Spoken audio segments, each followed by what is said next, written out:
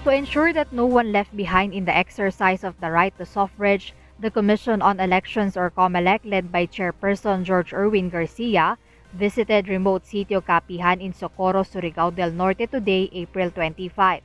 The poll body conducted the first ever voter registration and education in the area. Dito halimbawa sa Sitio Capihan, gusto natin patunayan sa mga kababayan natin nakatira dito, na hindi sila nakakalimutan ng COMELEC. Na ibig sabihin, dinadala natin ang serbisyo ng komisyon dito mismo sa kanila. Garcia explained that though Sitio Capihan recently being highlighted in news after Socorro Bayanihan Service Incorporated or SBSI leader J. Renz Kilario, alias Senor Aguila, and some others who reside in the area were accused of abuses such of minors.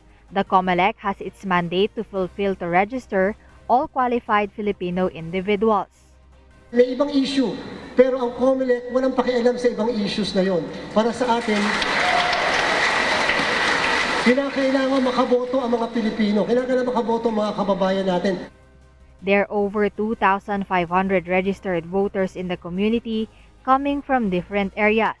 Thus, the poll body is eyeing to establish a voting precinct during the 2025 elections inside the Sitio Capihan. This would allow all residents to vote and will not be disenfranchised. Kung meron ka mahigit 2,000 na mga botante, bakit naman nila kakailanganin pang pumunta sa bayan? Kung pwede mo naman dalhin ang pagboto dito mismo sa kanila. SBSI new leadership appreciated COMELEC's effort to reach them. Last election, national and local, hindi basta-basta yung experience namin doon sa mismong barangay kung saan nasakop yung Sitio Capihan. Hanggang alas 11, inabot na hanggang alas 11 ng gabi, yung mga tao nagkapila pa. Mas pabor sa amin, napakalaking salamat talaga sa amin kay Chairman Garcia kung halimbawa mangyari man na dito mismo sa lugar namin, hintulutan niya na magbigay dito ng isang presinto po. Meanwhile, the local authorities assure the safety of the residents, especially on the election day. Jed Neresina, UNTV News and Rescue. We serve the people, we give glory to God.